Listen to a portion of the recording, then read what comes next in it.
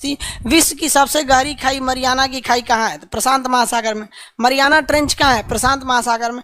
Mariana trench में भी सबसे जो गहरा एरिया है उसे कहते हैं चैलेंजर गर्त। तो इसी में क्या आपका चैलेंजर गर्त है, चैलेंजर ट्रेंच। मरियाना खाई का सबसे गहरा भाग क्या होता है? चैलेंजर।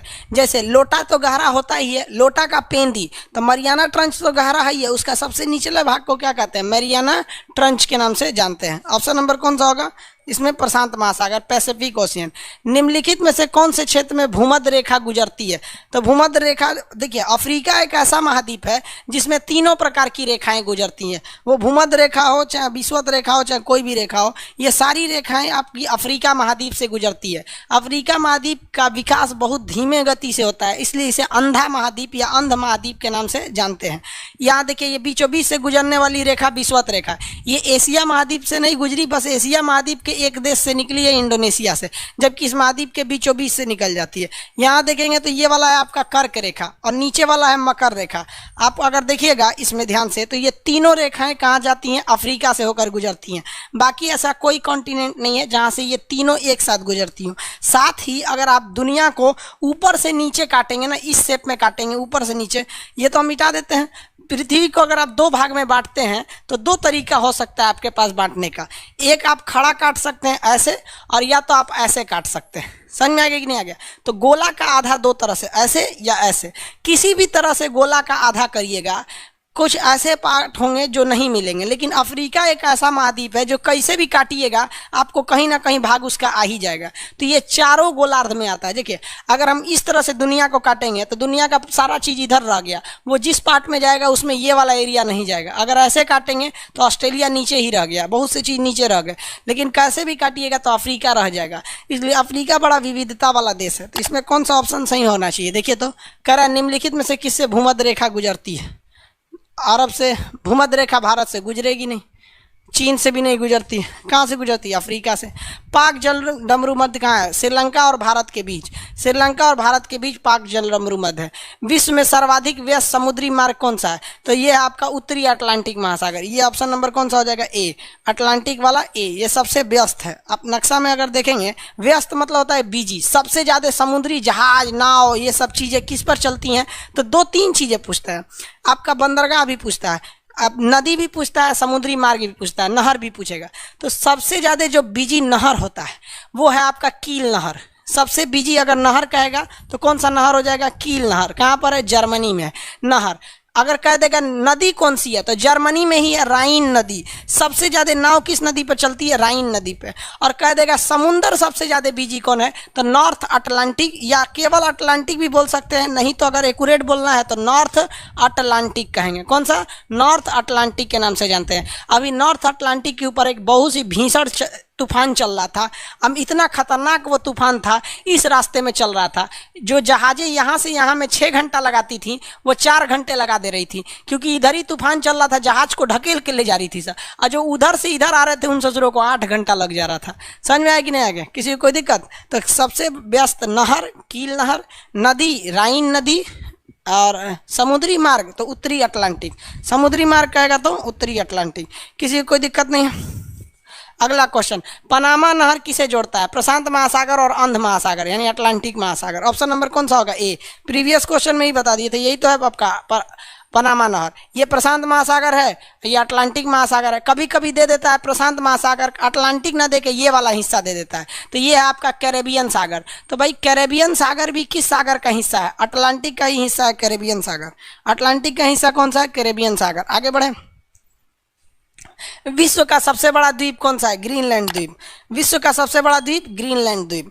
ग्रीनलैंड सबसे बड़ा द्वीप है। देखिए दुनिया में सबसे बड़ा द्वीप कौन सा है? ग्रीनलैंड।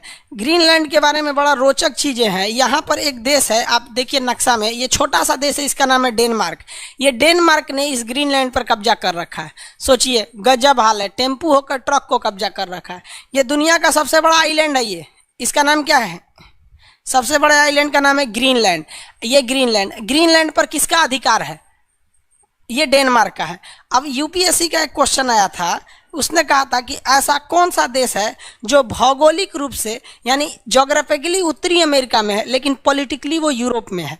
तो पॉलिटिकली का मतलब होता है वो किस कहाँ से उसकी राजनीति, एडमिनिस्ट्रेटिव कहाँ से होता है। तो डेनमार्क का इस पर कब्जा है, तो पॉलिटिकली इस पर यूरोप का अधिकार है। लेकिन ज्योग्राफिकली देखिएगा तो ये उत्तरी अमेरिका का है, तो कौन सा हो जाता है आपका ग्रीनलैंड। ग्रीनलैंड पर भूगोल के हिसाब से वो उत्तरी अमेरिका, बट राजनीतिक रूप से वो यूरोप का हिस्सा होता है। समझ में आया कि नहीं आ गया, किसी को कोई दिक्कत। माउंट ब्लांक कहाँ है, इसी में होगा ग्रीन, कौन सा हो जाएगा ग्रीनलैंड। माउंट ब्लांक आल्प्स पर्वत की सबसे ऊंची चोटी है, आल्प्स है इसमें, आल्प्स पर्वत की सबसे ऊंची चोटी है और ये फ्रांस में स्थित है। कहाँ पर है, फ्रांस में। फ्रांस एक ऐसा देश है जहाँ मच्छर नहीं लगते हैं। इसकी राजधानी पेरिस को फैशन नगरी के नाम से जाना जाता है। कहाँ पर स्थित हो जाएगा, आल्प्स पर्वत की है। आल्प्स की सबसे ऊंची चोटी है माउंट ब्लांक। अगला क्वेश्चन कह रहा है इनमें से कौन सी नदी मकर रेखा को 2 बार काटती है। मकर रेखा को 2 बार काटने वाली नदी का नाम है लिम्पोपो नदी। कौन सी नदी, लिम्पोपो नदी। इसमें अक्सर क्वेश्चन पूछता है कि कौन मकर रेखा को काटेगा, कौन विषुवत रेखा को काटेगा। देखिए ये है आपके बीचों बीच से गुजरने वाली रेखा। इस बीचों बीच से गुजरने वाली रेखा को हम लोग कौन सी रेखा कहते हैं, विषुवत रेखा के नाम से जानते हैं। समझ में आया कि नहीं आ गया, विषुवत रेखा। इसके ऊपर जो रेखा जा रही है इसे हम लोग कहते हैं कर्क रेखा, यह है ट्रॉपिक ऑफ कैंसर। और जो नीचे रेखा जा रही है, इस नीचे वाली रेखा को हम लोग कहते हैं मकर रेखा। ये नीचे वाली रेखा कौन सी हो गई, मकर रेखा हो गई है। अब इसको काटने वाली नदी देखिए कैसे, मकर रेखा 2 बार कैसे काटती है नदी। अगर एक बार रास्ता बदल ली ना, तो देखिए एक बार यहाँ काट दी, एक बार यहाँ काट दी। वैसे ही गुजरात में एक नदी काटती है, यहाँ काटती है। तो मकर रेखा को कहेगा, कर्क रेखा को काटने वाली नदी कहेगा तो माही नदी। कहाँ पर है, गुजरात में। कहेगा कि विषुवत रेखा को कौन सा 2 बार में काटती है, तो इसका नदी है कांगो नदी। इसी को कहते हैं कांगो या जायरे नदी। कांगो कहिए या जायरे नदी कहिए, ये है यहाँ पर, ये 2 बार काटती है। और कह देगा अगर कि मकर रेखा को, तो लिम्पोपो नदी, लिम्पोपो नदी ये 2 बार काटती है। इसमें से याद रखिएगा, कभी कभी ये क्वेश्चन पूछ देता है। 2 बार काटने का मतलब, अगर ये कोई नदी अगर इस तरह से डायरेक्शन बदल ले, तो एक बार यहाँ पे काट देगी, एक बार यहाँ जाके काट देगी। ऑप्शन नंबर कौन सा इसमें, लिम्पोपो नदी। ये कितना नंबर क्वेश्चन था, 67, अब 68 आएगा।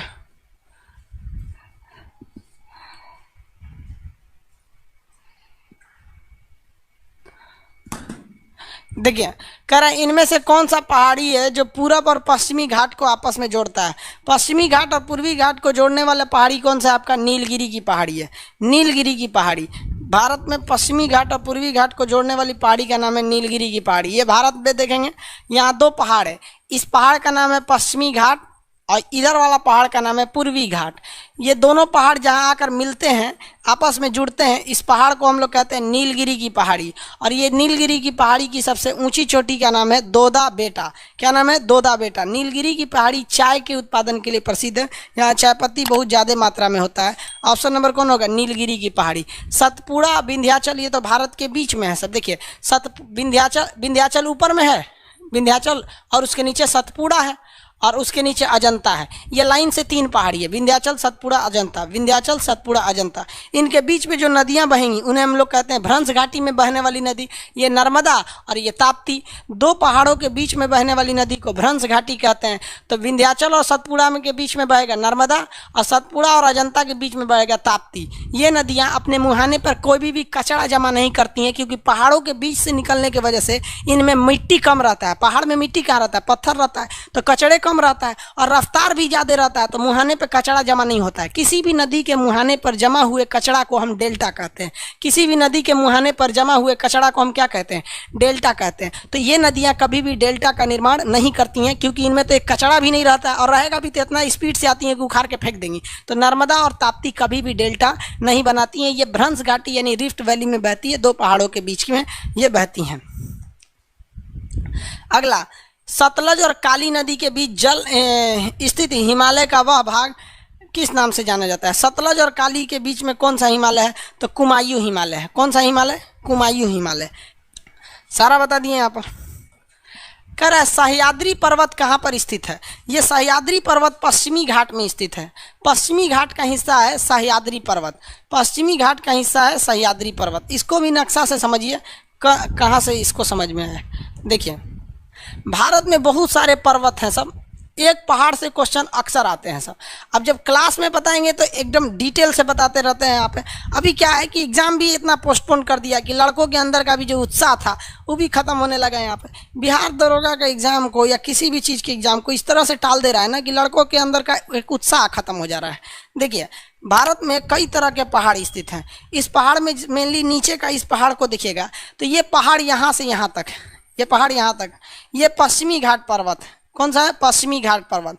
इस पश्चिमी घाट पर्वत का जो ऊपरी भाग है, ये वाला भाग, ये ऊपरी भाग, इसे सह्याद्री पर्वत कहते हैं। कौन सा पर्वत? सह्याद्री। तो क्वेश्चन कर रहा है सह्याद्री पर्वत कहाँ है, तो पश्चिमी घाट के ऊपरी भाग को क्या कहते हैं? सह्याद्री पर्वत। इसी के नाम पर एक हमारा नौसेना का जहाज भी है, सह्याद्री। इसी अब जो ये तट है समुंदर के किनारे, इस समुंदर के किनारे के तट को कोंकण तट कहते हैं और इस समुंदर के किनारे के पहाड़ को हम सह्याद्री पर्वत कहते हैं।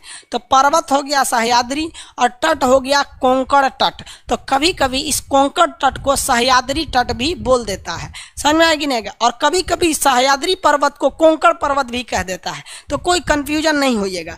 अब यहाँ पर दो सबसे बड़े बड़े शहर स्थित हैं, एक है बम्बई और एक है पूना। मुंबई और पूना पूरी तरह पहाड़वे पे हैं और ट्रेन कैसे चलाइएगा, इसलिए ट्रेन चलाने में बड़ी मुसीबत आता था, इसलिए इसे कोंकण रेल कहा गया। कोंकण रेल सबसे ज़्यादा महंगी रेल है क्योंकि ये पहाड़ के ऊपर से चलती है, बड़ी पहाड़ काट काट के इसको बनाया गया है कोंकण रेलवे को। आगे देखिए, तो इसमें कौन सा हो गया? सह्याद्री पर्वत किसका हिस्सा है? पश्चिमी घाट का ऊपरी भाग। सियाचिन हिमालय कहाँ पर स्थित है? सियाचिन हिमालय नुब्रा घाटी में स्थित है। नुब्रा घाटी कश्मीर में है। दून घाटी देहरादून में है। दून घाटी देहरादून में। साइलेंट वैली केरल में है। साइलेंट वैली कहाँ है? केरल में है। नीलम घाटी ये भी वही दक्षिण भारत में। तो इन सियाचिन कहाँ है? नुब्रा घाटी में है। अगला क्वेश्चन क्या कह रहा है कि भारत में सबसे लंबी झील कौन सी है? सबसे लंबी झील की बात करेगा तो वेम्बनाड झील। सबसे लंबी झील वेम्बनाड झील केरल में है। इसमें रेस लगाने वाला एक खेल होता है जिसमें नाव से लोग रेस लगाते हैं। वेम्बनाड झील। ऑप्शन नंबर कौन सा होगा? डी, दिल्ली वाला डी। अगला कह रहा है अलकनंदा और भागीरथी नदी जहाँ मिलते हैं उसे क्या कहते हैं? अलकनंदा और भागीरथी समझिए कहाँ मिलते हैं सब। अलकनंदा और भागीरथी, सबसे पहले हिमालय से दो नदियाँ निकलती है, एक का नाम है धौली गंगा, दूसरे का नाम है विष्णु गंगा। या हम एक एक अक्षर लिख देते हैं। डी से समझिए धौली गंगा, धौली गंगा, और एक का नाम है विष्णु गंगा। ये दोनों आकर मिल जाते हैं सब विष्णु प्रयाग में। किस जगह पे मिलते हैं? विष्णु प्रयाग में। और इनका नाम हो जाता है अलकनंदा। इनका नाम क्या हो जाता है? अलकनंदा नाम हो जाता है। अलकनंदा। समझ में आया कि नहीं आ गया? अलकनंदा नाम हो जाता है। फिर इस नदी में एक दूसरी नदी आके मिलती है जिसका नाम है पिंडार नदी।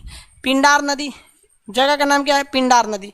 फिर ये पिंडार नदी को आगे लेकर बहती है ये अलकनंदा। ये अलकनंदा बहुत बड़ी नदी है, पिंडार को लेकर आगे बढ़ती है। आगे जब बढ़ती है तो इसको इसके पास एक और नदी आके इसमें मिल जाती है जिसका नाम है आपका पिंडार नदी। पिंडार नदी के बाद आके मिल जाती है, इसमें कई नदियाँ मिलती हैं। मंदाकिनी नदी मिलती है, भागीरथी नदी मिलती है, कई टाइप की। तो सबसे पहले निकलती है धौली गंगा और विष्णु गंगा, जाके मिलते हैं विष्णु प्रयाग में। उसके बाद कर्ण प्रयाग में पिंडार नदी मिलती है। कौन सी नदी? पिंडार नदी। उसके बाद एक और नदी इसमें मिलेगी मंदाकिनी नदी। कौन सी नदी? मंदाकिनी। तो एम लिख देते हैं मंदाकिनी नदी को। पिंडार नदी के लिए पी लिख देते हैं, मंदाकिनी नदी। ये जो अलकनंदा है इसे भी लेके आगे बढ़ती है, इसे भी लेके क्या करती है? आगे बढ़ती है। तब तक इधर से एक और नदी आके मिलती है जिसका नाम है भागीरथी। इधर से आके मिलती है भागीरथी नदी। तो ये है आपकी भागीरथी नदी। भागीरथी, भागीरथी नदी। अब ये क्या हो जाता है? दोनों की गहराई बराबर हो जाती है। भागीरथी और अलकनंदा की गहराई बराबर हो जाती है, तब यहाँ से कहलाती है गंगा नदी। यहाँ से क्या कहलाएगी? गंगा नदी। क्या कहलाई गई है? गंगा नदी कहलाई। तो क्वेश्चन कह रहा है कि भागीरथी और गंगा कहाँ बनती है? तो इस जगह को कहते हैं देव प्रयाग। क्या कहेंगे? देव प्रयाग। तो देव प्रयाग में आके मिलती है भागीरथी और अलकनंदा, और यहीं से बनती है गंगा नदी। गंगा का उद्गम नहीं होता है, ये आकर यहाँ पर बन जाती है। समझ में आया कि नहीं गया? धौली गंगा और विष्णु गंगा मिलेगी विष्णु प्रयाग पर। पिंडार नदी आके मिलती है आपका कर्ण प्रयाग पर। मंदाकिनी नदी आके मिलती है आपका रुद्र प्रयाग पर। एक और नदी है यहाँ पे भीलांगना नदी, वो आके मिलती है नंद प्रयाग पर। और यहाँ से एक नदी निकलती है भागीरथी जो आके मिलती है देव प्रयाग पर। तो इसे हम पंच प्रयाग कहते हैं। 5 गो प्रयाग है। देखिए, विष्णु प्रयाग, कर्ण प्रयाग, रुद्र प्रयाग, नंद प्रयाग और देव प्रयाग। इन पांचों प्रयाग को घूमना हिंदू धर्म के हिसाब से पवित्र माना जाता है, इसलिए इसे हम पंच प्रयाग कहते हैं। ये उत्तराखंड में, उत्तराखंड का जब नक्शा पढ़ाते हैं तो इस चीज़ को हम कंप्लीट पढ़ा देते हैं। समझ में आ गया कि नहीं आ गया? ऑप्शन नंबर कौन सा होगा? अलकनंदा और भागीरथी देव प्रयाग में मिलती है। भारत में कौन सी नदी डेल्टा नहीं बनाती है? ये बता देंगे आप लोग, अभी बता दिए। नर्मदा और ताप्ती, क्योंकि दो पहाड़ों के बीच से बहती है इसलिए वो डेल्टा नहीं बनाती है, क्योंकि पहाड़ से के बीच में कचड़ा कम रहता है। कावेरी जल बंटवारा कहाँ पे है? तमिलनाडु और कर्नाटक के बीच में, तमिलनाडु और कर्नाटक। कावेरी जल विवाद तमिलनाडु और कर्नाटक के बीच में है। बहुत उटपटांग जल विवाद है। देखिए, अंग्रेजों का तमिलनाडु के साथ संबंध अच्छा था, इसलिए तमिलनाडु से कर्नाटक से निकलने वाली नदी है जिसका नाम है कावेरी नदी। तो अंग्रेजों ने कर्नाटक को, ये ऊपर वाले को कह दिया कि तुमको 999 साल का हम अधिकार देते हैं इस नदी पे। इस जुराई नदिया का पनिया यहीं रोक लेता है, कहता है हम लोग सिंचाई करेंगे। तो कर्नाटक, ये नीचे वाला तमिलनाडु कहता है कि भैया हम कहाँ से सिंचाई करेंगे, कुछ पनिया हमको भी छोड़। संविधान वालों से एक गलती ये हो गई कि नदियों को कानून बनाने की शक्ति राज्य को दे दिया गया। अगर नदियों पर कानून बनाने की शक्ति केंद्र सरकार को दिया गया रहता तो अच्छी बात रहती, क्योंकि हर राज्य अपने बारे में सोचेगा जबकि केंद्र सरकार देश के बारे में सोचेगी। तो ये कहाँ पे है? कर्नाटक और तमिलनाडु के बीच में ये विवादित है, कर्नाटक और तमिलनाडु के बीच में। अगला, भारत का प्रसिद्ध लैगून झील कौन सा है? चिल्का झील भारत का सबसे प्रसिद्ध लैगून झील है। कहाँ पर है? ये उड़ीसा में है। चिल्का झील कहाँ पर है? उड़ीसा में। उड़ीसा में चिल्का झील है। यहाँ नौसेना का एक बहुत बड़ा नौसेना का ट्रेनिंग सेंटर है चिल्का झील में। यह है आपका चिल्का झील। यहाँ पर समुद्र के किनारे स्थित झील को हम लोग लैगून झील कहते हैं। लैगून झील जब भी बनेगा समुद्र के किनारे बनेगा, और ये समुद्र के किनारे समुद्री लहरों से बनता है और इसलिए यह खारे पानी का होता है। कभी भी लैगून झील मीठे पानी का नहीं हो सकता है। मीठा पानी उसे कहते हैं जिस पानी को आप पी सकते हैं। हैंडपंप, नदी, तालाब का पानी मीठा पानी होता है, आप पी सकते हैं। लेकिन छोटे तालाब का पानी मीठा पानी नहीं होता है, गंदा माना जाता है उसे। बड़ा सा झील रहेगा तब पी सकते हैं, अदरवाइज में नहीं पी सकते हैं। अगला देखिए, अगला क्वेश्चन क्या कह रहा है? निम्नलिखित में से कौन सा जोड़ा गलत बनाया गया है? गलत क्यों बनाया गया भैया? मिलाइए इसमें। कह रहा है कि कोयना परियोजना महाराष्ट्र में, सही है। शरावती परियोजना शरावती नदी पे कर्नाटक, सही है। अगला कौन सा? बाली मेला परियोजना उड़ीसा, सही है। सबगिरी परियोजना ये केरल होगा, गुजरात लिख दिया है। केरल होगा, गुजरात लिख दिया, ये गलत है। क्या होना चाहिए? केरल में है। कहाँ पर है? केरल में। ये बिजली घर को क्या कहा जाता है? परियोजना कहते हैं। अलग अलग राज्यों में अलग अलग बिजली घर की परियोजनाएं चलती हैं। सरदार सरोवर बांध सबको पता है, गुजरात में स्थित है, भरूच के पास नर्मदा नदी पर। इसी सरदार सरोवर बांध के पास स्टैचू ऑफ यूनिटी है सरदार पटेल की। सरदार पटेल जो थे उनकी सबसे ऊंची प्रतिमा यहीं पर लगाई गई है, सरदार पटेल की। आगे बढ़ जाए। ये आगे क्यों नहीं खसक रहा है? अच्छा, इधर है। सरदार पटेल की थी सबसे ऊंची प्रतिमा। आगे बढ़े। नाथपा झाकरी क्या है? नाथपा झाकरी भाई एक परियोजना है, ये सतलज नदी पर है, हिमाचल प्रदेश में। नाथपा झाकरी हिमाचल प्रदेश में सतलज नदी पर बनाया गया एक बांध है। नाथपा झाकरी बिजली परियोजना हिमाचल प्रदेश है, सतलज नदी पर बनाया गया है। पोंग बांध, इसमें बड़ी कंफ्यूजन होता है भाई। पोंग बांध ब्यास नदी पर बनाया गया, इसे ब्यास नदी भी कहते हैं। जबकि थीन बांध कहेगा, थीन बांध, तो थीन बांध जो होगा वो रावी नदी पर होगा। इसको हमेशा याद रखिएगा, रावी नदी थीन बांध, रावी नदी थीन बांध हो गया। ब्यास नदी पोंग बांध, ब्यास नदी पोंग बांध। आगे बढ़े। अगला, भारत में सबसे लंबा बांध कौन सा है? भारत में सबसे ऊंचा कहेगा तब गुरुत्वीय में ऊंचा कहेगा तो भाखड़ा नांगल होता है, इसकी हाइट ज़्यादा है भाखड़ा नांगल की। हीराकुंड 4.5 किलोमीटर लंबा बांध है, ये महानदी पर स्थित है। महानदी की स्थित बांध है, उड़ीसा राज्य में स्थित है। हीराकुंड बांध उड़ीसा में स्थित है। संभलपुर डिस्ट्रिक्ट है, राउरकेला के करीब एक डिस्ट्रिक्ट है, वहीं पर यह बांध बनाया गया है, राउरकेला के पास। संभलपुर डिस्ट्रिक्ट है, राउरकेला के पास। आगे बढ़ जाए, किसी को कोई दिक्कत नहीं है। अगला क्वेश्चन देखिए, ये तो बता ही देंगे आप लोग। सतपुड़ा और विंध्याचल के बीच कौन सी नदी बहती है? नर्मदा नदी। सतपुड़ा और विंध्याचल के बीच बहने वाली नदी नर्मदा नदी। देखिए ना, ये ऊपर वाली है कौन सा? सतपुड़ा विंध्याचल पर्वत, और नीचे वाला सतपुड़ा पर्वत। इनके बीच कौन सी नदी बहती है? तो इनके बीच बहने वाली नदी नर्मदा नदी। नर्मदा नदी कभी भी डेल्टा नहीं बनाएगी, क्योंकि ये कहाँ जाती है? भ्रंश घाटी में बहती है। भ्रंश घाटी में बहने वाली नदियाँ कभी भी डेल्टा का निर्माण नहीं करती हैं। सब समझ में आ गया कि नहीं है? वो डेल्टा का निर्माण नहीं करती हैं। आगे बढ़े। करा इनमें से कौन सी नदी कच्छ के रण में समाप्त हो जाती है? लूनी नदी। कौन सी नदी? लूनी नदी। राजस्थान में पश्चिम दिशा में बहने वाली नदी है लूनी नदी। लूनी नदी देखिए, ये लूनी नदी बहुत छोटी सी नदी है। ये अरावली पर्वत से निकलती है लूनी नदी। ये पर्वत का नाम है यहाँ पर अरावली माउंटेन। दुनिया का सबसे पुराना माउंटेन कौन सा है? अरावली पर्वत। दुनिया का सबसे पुराना माउंटेन अरावली पर्वत है, ये अरावली पर्वत। और यहीं से ये नदी निकलती है और कच्छ के रण में जाके समाप्त हो जाती है। कच्छ के रण में क्या हो जाती है? समाप्त हो जाती है। किसी कोई दिक्कत है? यहीं पे इसका पानी खत्म हो जाता है। और इसी वजह से कच्छ का जो रन वाला एरिया है, 24 साल के 12 महीना में से ना 10 महीना यहाँ पे पानी लगा रहता है, क्योंकि यहीं पर इसकी पानी पूरा आके ये पानी छितरा देता है दलदल की तरह। कच्छ का रन, उसे हम लोग कहते हैं क्षारीय मरुस्थल। यहाँ जंगली गधे पाए जाते हैं। कई बार क्वेश्चन पूछता है कच्छ के रन में क्या पाए जाते हैं? जंगली गधे। ये एक तरह का मरुस्थल है। ये कैसा मरुस्थल है? एक क्षारीय मरुस्थल है। कैसा मरुस्थल है? ये एक क्षारीय मरुस्थल है। कच्छ का रन एक क्षारीय मरुस्थल है। ऑप्शन नंबर कौन सा होगा इसमें? लूनी नदी। साबरमती नहीं, साबरमती सबसे गंदी नदी है।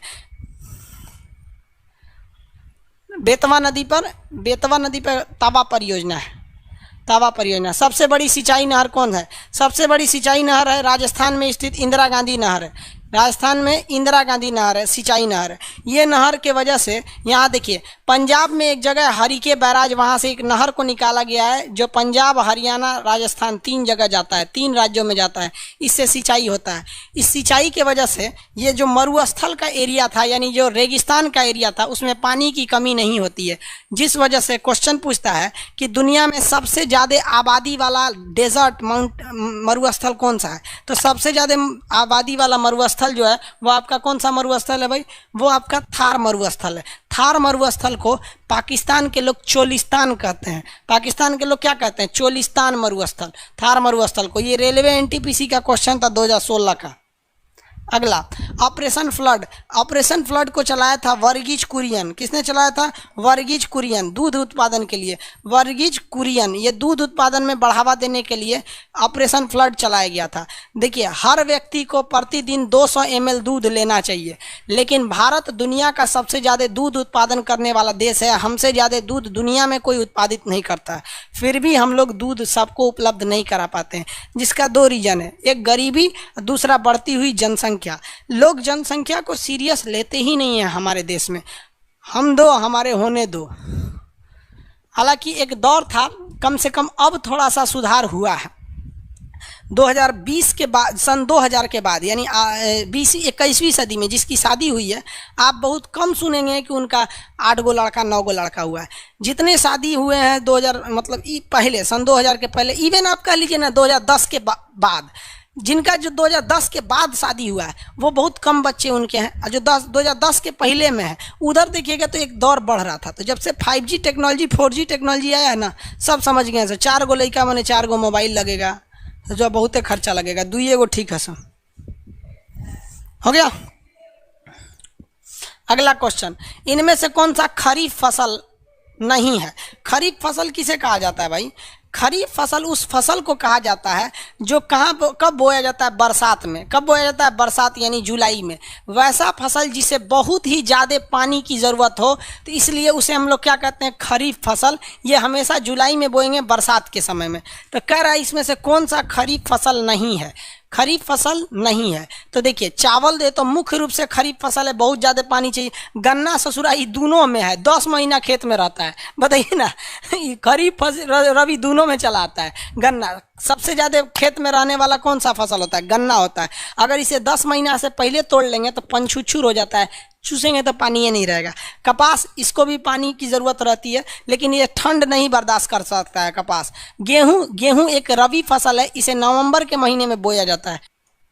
निम्नलिखित में से कौन सा एक रोपण फसल नहीं है? रोपण फसल उसे कहते हैं जिसे दो दो बार बोना पड़ता है, जैसे चाय इसे भी बोना पड़ता है, कहवा इससे भी रोपाई करनी पड़ती है, रबड़ को भी। गन्ना एक बार बो देंगे टेंशन खत्म, ये रोपणी फसल नहीं होती है।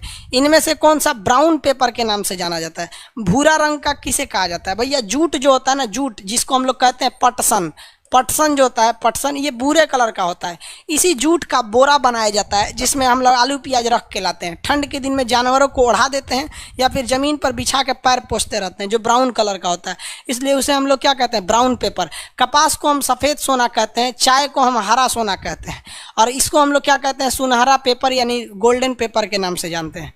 आगे बढ़ें।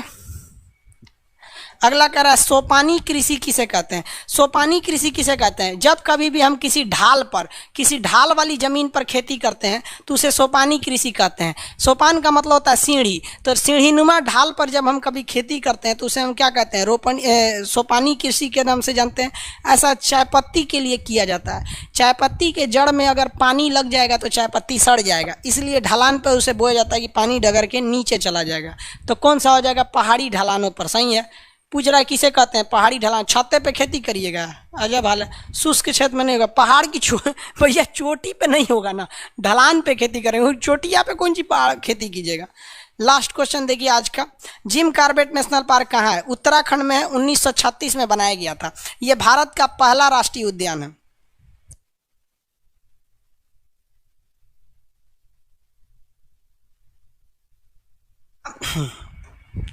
भारत का पहला राष्ट्रीय उद्यान है ये। समझ में आ गया कि नहीं आ गया? कब बनाया गया था? 1936 में भारत का पहला राष्ट्रीय उद्यान है। क्वेश्चन पूछेगा ये किस नदी के किनारे है? तो Jim Corbett national park Ram Ganga नदी के किनारे है। कौन सी नदी? राम गंगा नदी। आगे बढ़े। कौन सी नदी के किनारे है? राम गंगा नदी के किनारे स्थित है। समझ में आया कि नहीं आएगा? आज के लिए इतना ही रहने देते हैं। नेक्स्ट क्लास हम लोग आपको पॉलिटी के बारे में बताएंगे। आज के लिए इतना ही, अगले क्लास में मिलेंगे। जय हिंद। कल अपने समय से।